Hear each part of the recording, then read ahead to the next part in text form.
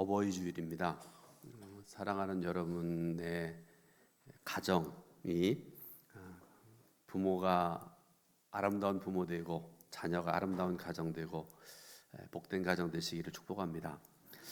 여러분 혹시 그 지난 주일 설교 제목을 아시나요? 그런데 오늘 본문과 관련이 있어서 여러분들에게 좀 질문드린 건데요.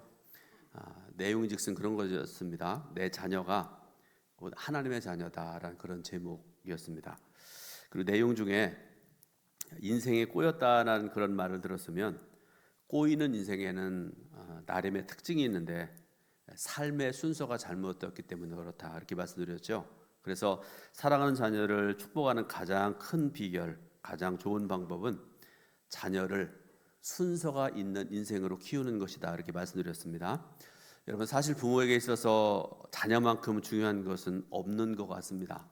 돈도 중요하고 명예 다 중요하지만 자녀만큼 중요한 것은 없습니다.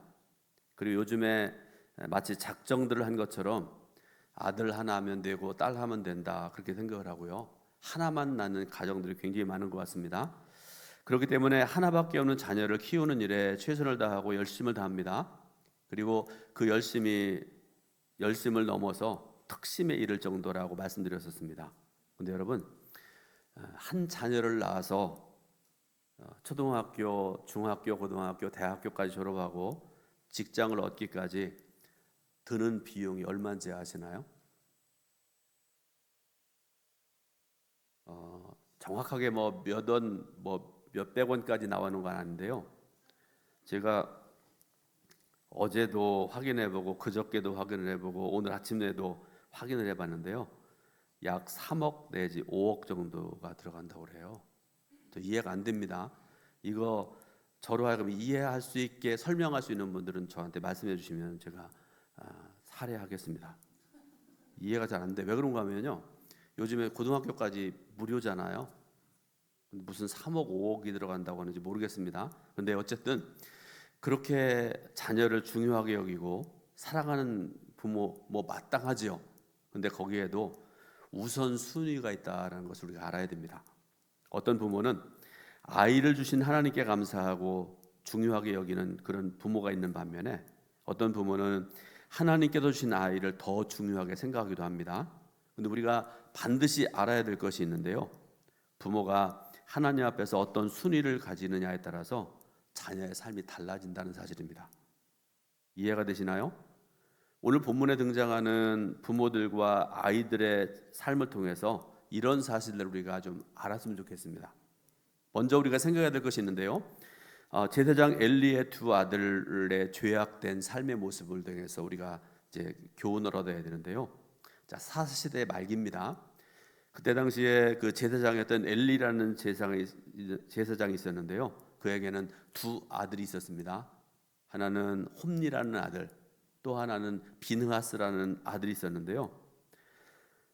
이들은 아버지에 이어서 실로라는 곳에서 제사장이 되어가지고, 그러니까 아버지도 제사장, 아들도 제사장, 그렇게 대를 이어서 제사장으로 섬기는 그런 가정이었습니다. 그런데 놀라운 사실이 하나 있습니다. 무슨 말씀인가 하면 이 홈니와 비느하스에 대한 하나님의 평가가 어떻게 되는가 중요하잖아요. 오늘 읽은 말씀 중에 12절 말씀에 그들에 대한 하나님의 평가가 나와요. 사무엘상 2장 12절 같이 읽습니다. 엘리의 아들들은 행실이 나빠 여호와를 알지 못하더라. 아멘. 아주 짧은 말씀입니다. 자, 여러분 지금 오늘 여러분들이 읽었던 그다음에 제가 가지고 읽고 있는 이 성경을 번역판을 가르쳐 우리가 개역 개정판 이렇게 얘기를 합니다. 그런데 요 이전에 저도 어렸을 때부터 얼마 전까지 사용했던 그 번역판이 뭔가 하면 개역 성경 이렇게 개역 번역에 따라서 이름이 달라졌습니다. 그런데 그 개역 성경을 보게 되니까요. 행실이 나빠 12절에 나오는 행실이 나빠라는 이 말씀을 뭐라고 번역을 해놓은가 하면 불량자 이렇게 번역을 해놨습니다. 그러니까 개역 성경에 의하면 엘리의 아들들은 불량자라 여호와를 알지 아니하니라라고 번역해서 말씀을 하고 있습니다. 자, 여러분 불량자라는 말 한번 보세요. 불량자. 히브리어로 베네 벨리야알이라는 그런 말입니다. 이쪽에 있는 그 가로 안에 있는 거는 히브리어 언어고요. 뜻이 무슨 뜻인가 하면 베네 벨리야알이라는 말이 벨리의 아들들 그런 뜻입니다. 자, 벨리라는 말은요 무익하다, 무익함, 황폐 그런 뜻이고요. 야알이라는 말은 이익 그런 뜻입니다. 이익이라는 게 여러분 뭔지 아시잖아요. 내가 어떤 일에 투자를 했는데 10,000원을 투자를 했는데 20,000원이 됐다는 얘기는 10,000원을 이익을 얻었다는 그런 얘기 아닙니까? 그런 뜻입니다. 야알이라는 말. 그런데 벨리란 말하고 야알이란 말이 합성된 그런 단어인데 여기서 뭘 의미하는가 하면 아무 쓸데없는 자들, 무가치한 자들, 사악한 자들 그런 뜻을 가지고 있는 말. 이게 바로 불량자라는 말이고요. 베네 벨리야알이라는 그런 말입니다.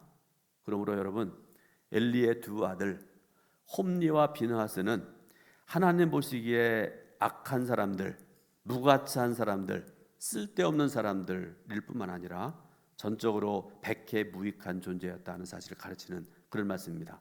또 하나 말씀 중에 보니까 여호와를 알지 못하더라 이렇게 말씀을 하세요. 여러분 제사장이 하나님을 모른다 이게 말이 됩니까?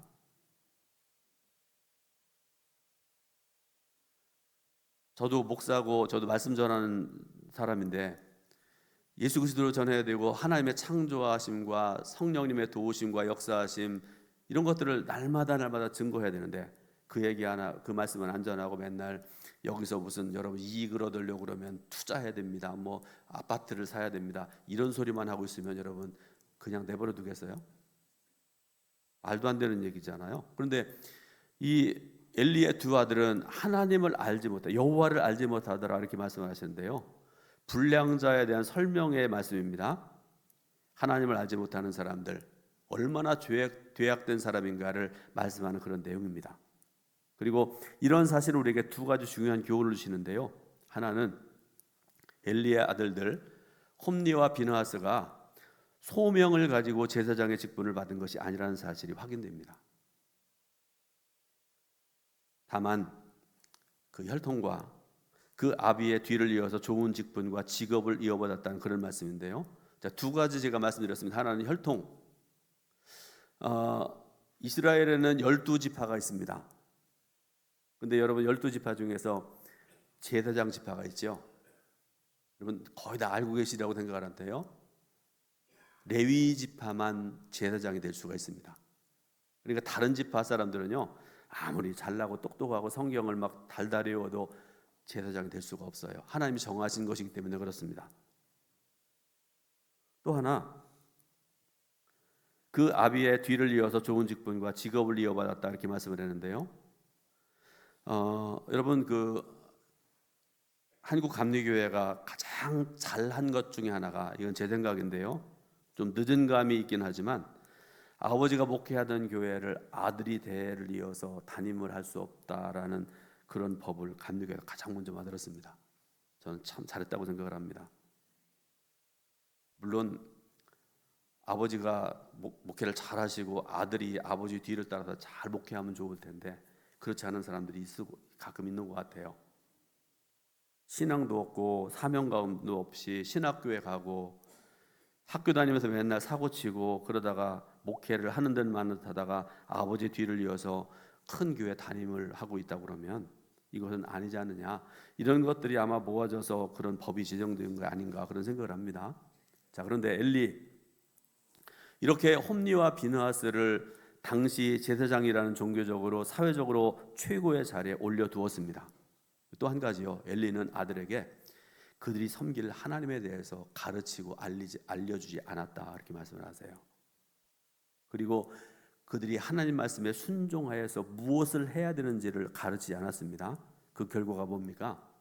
이들은 하나님을 알지 못하는 제사장이 됐고요. 그리고 계속해서 악행을 행하고 백성들을 타락하게 하고 자신들도 버림받는 그런 어리석은 삶을 살아갈 수밖에 없었다, 그런 말씀이죠. 두 번째로 엘리의 아들들은 하나님께 드리는 제사의 제물을 탈취했습니다. 사무엘상 2장 13절 14절, 오늘 본문 중에 한 부분인데요, 이 말씀을 한번 같이 읽어보겠습니다. 그 제사장들이 백성에게 행하는 관습은 이러하니 곧 어떤 사람이 제사를 드리고 그 고기를 삶을 때 제사장이 사환이 손에 3살 갈고리를 가지고 와서 그것으로 남비에나 소태나 큰 소태나 가마에 찔러 넣어 갈고리에 걸려 나오는 것은 제사장이 자기 것으로 가지되 실로에서 그곳에 온 모든 이스라엘 사람에게 이같이 할 뿐 아니라. 아멘. 무슨 말씀인가 하면, 쉽게 말씀드리면 이런 겁니다. 제사를 드리는데 구약시대에는 소나 양이나 염소나 비둘기나 이런 거 가지고 제사를 드렸잖아요. 그런데 제사마다 좀 다른데 어떤 제사를 보게 되니까요, 몫이 다 달랐어요. 첫 번째로는 하나님께 드리는 몫이 있었습니다. 큰 고기가 있다면 그 중에 일부분 하나님께 드리고, 두 번째로는 제사장의 몫이 있었습니다. 세 번째로는 제사 드리는 사람의 몫이 있었습니다. 근데 중요한 것은요, 먼저 그 제물을 가지고 하나님께 제사 드리는 게 먼저입니다. 그러고 난 다음에 몫을 나누는 거죠. 근데 이 나쁜 두 제사장 같지 않은 사람들은 뭔가 하면 먼저 와서 내놔라, 그런 얘기입니다. 제사 필요 없다, 그런 얘기입니다. 내가 먼저 먹어야 되겠다 라고 말했다는 그런 말씀이죠. 자, 이런 이들의 행동과 죄는 너무나 큰 것이었는데 그들이 하나님께서 제정하신 제사를 멸시했기 때문이다, 성경은 그렇게 말씀하고 계세요. 사랑하는 여러분, 하나님께 드리는 제사, 오늘 우리가 드리는 이 예배, 너무나 소중한 일입니다. 이것을 멸시하는 것은 곧 하나님을 멸시하는 것이다, 분명히 말씀하고 계세요. 바라기는 우리 동천교회 성도 여러분 중에 한 사람도 홈리와 비느하스 같은 어리석은 자가 없기를 주님의 이름으로 축원드립니다. 두 번째로, 하나님보다 자녀를 더 중요하게 여기는 결과가 무엇인가를 우리에게 가르쳐주고 계세요. 여러분, 자녀 굉장히 소중해요. 예쁩니다. 자녀들이 얼마나 예쁘면 눈에 넣어도 안 아프다는 그런 말까지 나왔겠어요. 그죠? 진짜 예쁩니다. 남들은 뭐라고 그래도 내 딸이 최고입니다. 자, 제사장이던 홈리와 비느하스, 어떻게 이런 지경에까지 이르게 되었을까? 놀랍게도 하나님은 그 원인을 엘리가 하나님보다 두 아들을 더 중요하게 여겼기 때문이다, 이렇게 말씀을 하세요. 사무엘상 2장 29절 말씀을 한번 읽어보겠습니다. 너희는 어찌하여 내가 내 처소에서 명령한 내 제물과 예물을 밟으며 내 아들들을 나보다 더 중히 여겨 내 백성 이스라엘이 드리는 가장 좋은 것으로 너희들을 살지게 하느냐. 아멘. 여러분, 말씀을 통해서 하나님이 책망하시는 것처럼 엘리는 하나님보다 두 아들을 더 중요하게 생각을 했다, 이렇게 말씀을 하세요. 그래서 이제 그들이 제사의 제물을 탈취했는데도요, 그 아버지는 어떤 조치도 취하지 않습니다. 그뿐만 아니라 어떤 일까지 있었는가 하면요, 여러분, 회막문 앞에서, 회막이라는 건 다른 말로 하면 성소라 똑같은 말입니다. 여러분, 성소라는 곳이 어떤 곳인가 하면 하나님께 지금처럼 예배드리는 것처럼 그 제사 드렸던 곳 아닙니까? 그죠? 그 안에는 성소와 지성소가 있습니다. 지성소는 1년에 대제사장이 한 번밖에 들어갈 수 없는 거룩한 곳이고요, 성소는 제사장이 매번 들어가서 제사장의 역할을 감당했던 곳이 이 성소입니다. 그런데 남자들만 들어갈 수 있었습니다, 당시에 보게 되면. 그런데 여기 말씀 보니까요, 말씀 여러분 앞에도 뒤에도 쭉 읽어보시기 바랍니다. 회막문에서 일하는 여인들과 성적 범죄를 저질렀을 때에도 아버지는 말로만 책망한 듯 하고 아들을 엄히 책망하거나 너희들이 그런 더러운 모습으로 제사장직을 감당할 수 없다 그러면서 중단시키지 않았습니다. 자, 이런 아버지, 이런 제사장 밑에서 자라는 두 아들, 계속해서 죄를 쌓으며 자랐고요, 결국 이스라엘 역사에서 비참한 모습으로 사라져 버렸습니다. 여러분, 이런 엘리와 두 아들의 모습을 보면서 우리는 정직하게 자신에게 물을 수 있어야 됩니다. 나는 지금 자녀를 주신 하나님을 가장 중요하게 여기는가, 아니면 자녀를 더 중요하게 여기는가? 어떻습니까? 부모가 하나님보다 자녀들을 더 중요하게 생각할 때 하나님에 대하여 알려주고 교육하기보다 내 자녀가 어떻게 하면 좋은 대학 들어가고 어떻게 하면 좋은 직장을 얻을 수 있을까, 여기에만 신경을 쓰게 됩니다. 그래서 인생에 있어서 가장 중요한 분, 하나님을 섬기고 하나님께 예배하고 하나님을 찬양하는 일에는 뒷진으로 다 밀려날 수밖에 없다라는 그런 말씀입니다. 또 자녀들이 죄를 지어도 그 죄에 대해서 하나님 말씀을 기준으로 책망도 하고요, 바로 잡아야 되는데 그러지 않습니다. 이런 부모 밑에 자라난 자녀들, 일정 시기에는 교회에 머물기도 하고요, 교회 문화에 익숙하기도 하고요, 심지어는 한때 교회에서 중요한 봉사도 하고 그러는데 결국은 교회를 떠나요. 하나님을 알지 못합니다. 그래서 쉽게 죄에 빠지게 되고요. 이 시대에도 하나님보다 자녀를 더 중요시하는 현대판 엘리가 굉장히 많이 있는 것 같습니다. 그 결과 우리 주위에 현대판 홈리와 비느하스가 자라고 있는 것을 볼 수가 있습니다. 합당한 예인지는 잘 모르겠는데 하나 예를 말씀드리겠습니다. 제가 지난 주간에 큰 누님이 소천하셔가지고요, 계속 있을 수 없어가지고 그래서 하루 갔다가 하루 지내고 그 다음 날 장례 치르고 왔는데요. 간 길에 부모님 산소도 갔었고 제 고향에 오래간만에 홍성읍을 이렇게 차를 타고 이렇게 다녀봤어요. 기차역도 가보고 시외버스 터미널도 가보고 극장 있던 곳도 가보고 제가 다녔던 중학교, 고등학교 다녀보고 차를 타고 쭉 다녀봤습니다. 자, 그런데 제가 고3 때가 1979년도가 제 고3 때인데 1979년에 홍성, 2026년에 홍성 못 찾아가겠어요. 우리가 상전벽해라는 말 하잖아요. 완전히 변했습니다. 근데 제가 왜 이 말씀 드린 거냐면, 제가 중학교 3년, 고등학교 3년을 다녔던 그 시절에 제가 다녔던 고등학교에서 이렇게 좀 언덕배기가 있나 좀 내려오면 조그만 개천이 있고 개천이 그대로 있더라고요. 조금만 내려와서 거기서 한 200 내지 300m 내려가면 오른쪽에 꽤 큰 교회가 하나 있었습니다. 감리교단이 아니고 다른 교단이에요. 우리 동천에도 있습니다. 보니까 그 교회가 개천 옆에 크게 져 있어요. 우리 교회보다 더 크게 졌더라고요. 지나가면서 형님들 뒤에 모시고 이렇게 50년쯤 전에 있었던 얘기를 제가 거기서 얘기했던 적이 납니다. 생각이 납니다. 당시에 그 교회 담임 목사님 딸이 동천이 아닙니다. 홍성에 다 유명한 비행 소녀였습니다. 그때는 애들이 밖에 나가도 꼭 교복을 입고 다녔어요.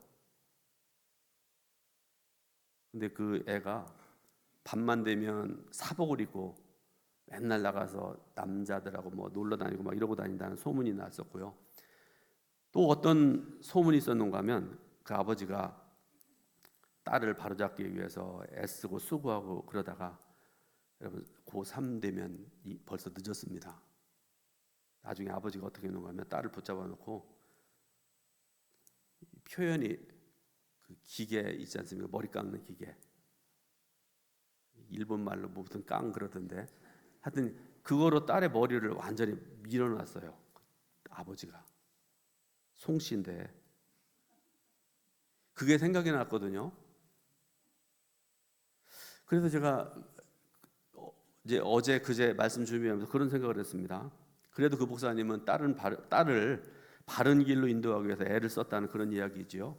그런데 다른 한편으로 보게 되면 그만큼 자녀 교육이 힘든다는 것을 우리에게 가르쳐주는 좋은 예가 되지요. 그러면 여러분, 사랑하는 자녀들, 아까 말씀드렸죠. 눈에 넣어도 아프지 않은 자녀들, 하나님의 말씀과 믿음으로 키우는 일에 최선을 다하는 여러분 모두가 되시기를 주님의 이름으로 축원드립니다. 세 번째로, 하나님을 섬기고 하나님 앞에 자라나는 사무엘에 대해서 말씀을 전합니다. 오늘 본문의 후반부에 보게 되니까요, 18절부터 21절 말씀 보게 되니까 엘리의 두 아들과는 대조적인 모습으로 신실하게 하나님을 섬기고 자라나는 한 소년이 등장합니다. 그 이름이 사무엘인데 성경 보니까 아직 어렸다 이렇게 말씀하고 계세요. 오늘 본문 18절 말씀, 짧은 말씀인데 같이 읽습니다. 사무엘은 어렸을 때 세마포 에봇을 입고 여호와 앞에서 섬겼더라. 아멘. 자, 말씀 중에 어렸을 때에 해당하는 히브리 원문의 단어가 나르라는 단어입니다. 나르. 한번 보세요. 나르라는 말입니다. 이 단어는요, 광범위한 나이의 대상을 지칭하는 것인데요, 아이, 소년, 젊은이, 남자, 종, 뭐 이런 것들을 여러 가지로 번역됩니다. 그런데 본문에서 엘리의 아들들을 지칭할 때도, 그리고 사무엘에 대해서도 이 단어가 쓰여졌습니다. 곧 젊은이들, 소년들이라는 뜻인데요, 이들에 대해서 이처럼 같은 단어를 쓴 이유가 두 대상의 대조된 모습을 강조하기 위해서 같은 말을 사용을 했습니다. 그럼 우리 여러분 이제 분명합니다. 홈리와 비느하스, 겉으로 볼 때는 남들이 높여주고 존중하는 제사장으로 살아갔는데, 근데 하나님을 알지 못하고 하나님을 등지고 계속해서 죄를 짓는 악한 삶을 살아가는 그런 사람들이었습니다. 반면에 사무엘은요, 조금 전에 말씀 읽었잖아요. 아직 어린 사람이었고 부모를 떠나 있었지만 하나님을 섬기고 하나님 앞에서 자라나는 그런 신실한 사람이었다라는 그런 말씀입니다. 자, 여기서 우리가 깊이 생각해 봐야 될 것이 있습니다. 어린 사무엘이 어떻게 하나님을 섬기고 하나님 앞에서 자라날 수 있었을까? 그 이유가 뭘까 하는 것인데요, 이유는 어린 사무엘 뒤에 믿음의 어머니 한나가 있었기 때문에 그렇습니다. 기도의 어머니. 사무엘은 한나가 하나님께 간절히 기도해서 응답받아서 얻은 아들이었죠. 한나는 이렇게 귀하게 얻은 사무엘이 젖을 때니까 자신이 서원한 대로 엘리에게로 가서 그를 하나님께 드리겠다고 서원을 해요. 아니, 그대로 행합니다. 그리고 한나는 하나님께 깊은 기도와 찬양을 드린 후에 사무엘을 하나님께 드렸습니다. 그런데 여러분, 한나가 이렇게 행할 수 있었던 것은요, 자신이 간절히 구해서 얻은 사무엘보다 그를 주신 하나님을 더 귀히 여겼고 더 소중히 여겼기 때문입니다. 아이를 하나님께 드린 후에 한나가 할 수 있었던 일은요, 단 한 가지입니다. 오늘 말씀에도 나오잖아요. 매년 제사를 드리기 위해서 실로로 갈 때 아들 사무엘에게 작은 겉옷 하나를 지어다 주는 것 하나밖에 없었습니다. 그러나 하나님께서는 사무엘이 어렸을 때부터 세마포 에봇을 입도록 해주셨어요. 여러분, 세마포 에봇 뭔지 아십니까? 보세요. 당시에 제사장이 입는 옷입니다. 하나님께서 주신 옷을 입은 어린 사무엘, 어머니가 뒤에서 날마다 기도하는 중보하는 어린 사무엘, 하나님을 섬기고 하나님 말씀에 순종하고 하나님 앞에서 자라나고 왕정시대의 초기를 이끌어가는 위대한 지도자로 자라나게 된 줄로 믿으시길 바랍니다. 여러분, 이 시대에도 한나의 삶은 계속됩니다. 아니, 그래야 됩니다. 그렇게 해야 한국교회가 희망이 있고요, 대한민국에 희망이 있습니다. 나에게 사랑하는 자녀를 주신 분이 하나님이심을 인정하고 그들을 하나님께 드리는 사람이 한나의 삶을 살아가는 사람입니다. 그러면 이 시대에 우리의 자녀를 하나님께 드린다는 것은 무엇을 의미할까? 무엇보다도 자녀의 소유권이 하나님께 있다는 것을 인정하는 것입니다. 내 사랑하는 아들 귀하지만, 내 사랑하는 딸, 손주들 너무나 소중한 존재들이지만 하나님의 것입니다. 제 것이 아닙니다. 한나처럼 자녀를 주신 분이 하나님이기 때문에, 그들이 내 자녀이기 때문에 하나님의 자녀라는 것을 날마다 입술을 통해서 고백을 해야 된다, 그런 말씀입니다. 또한 하나님께 자녀를 드린다는 것은요, 우리 아이들이 그분 앞에 나갈 수 있는 환경을 만들어주는 것입니다. 여러분 이게 굉장히 중요한 일입니다. 어렸을 때부터 제가 지난주에 우리 감리교회 창시자 웨슬리 목사님 어머니 얘기 말씀드렸잖아요. 애가 듣든지 못 알아듣든지 간에 말씀 전하고 예배드릴 수 있도록 주기도문 할 수 있도록 계속 어머니가 가르치고 양육했다, 그런 말씀드렸잖아요. 하나님 앞에 한 걸음 한 걸음 영적으로 나아갈 수 있는 환경을 만들어주는 것, 너무나 소중한 일입니다. 내 사랑하는 자녀가 하나님의 자녀이기 때문에 그들이 하나님을 예배하고 섬길 수 있도록 먼저 가르치고 환경을 만들어줘야 된다, 그런 말씀입니다. 대학보다, 직장보다, 성공보다 중요한 것은 내 사랑하는 자녀들이 하나님을 알고 예배드리는 일입니다. 하나님을 섬기는 일입니다. 하나님께 자신의 자녀를 드리는 부모들은 이처럼 분명한 신앙의 고백, 신앙의 삶, 확신을 가지고 살아가는 자들입니다. 비록 자녀들에게 세상에서 높은 지위를 물려주지 못하고 물질적인 풍요함은 줄 수 없어도 자녀를 하나님께 드리는 부모는 분명히 한나와 같은 믿음의 길을 걸어가고 있는 것입니다. 아까 말씀드렸잖아요. 한나는 사무엘이 어렸을 때 높은 지위도 못 줬고 그저 작은 겉옷만 줄 수밖에 없는 평범한 여인이었음에 틀림이 없습니다. 그러나 한나의 인생에 있어서 영원히 빛나는 특별함이 있었는데, 그것은 그 사랑하는 아들 사무엘을 하나님께 드리는 것이었습니다. 그 결과가 무엇이었을까요? 사무엘상 12장 1절부터 5절 말씀, 저는 이 말씀이 얼마나 소중한지 모릅니다. 사무엘이 은퇴할 때 고별 설교하는 말씀이 거기 나와요. 그때 수많은 백성들이 자신을 쳐다보고 있는데 사무엘이 하는 그 고별 설교에서 그가 이렇게 물어봐요. 백성들 앞에서 내가 누구를 압제했느냐, 내가 누구를 속였느냐, 내가 누구의 눈을 흐리게 하는 뇌물을 받았느냐, 이렇게 물어봐요. 그때 백성들이 뭐라고 대답합니까? 결단코 그런 일이 없었나이다, 그렇게 대답을 해요.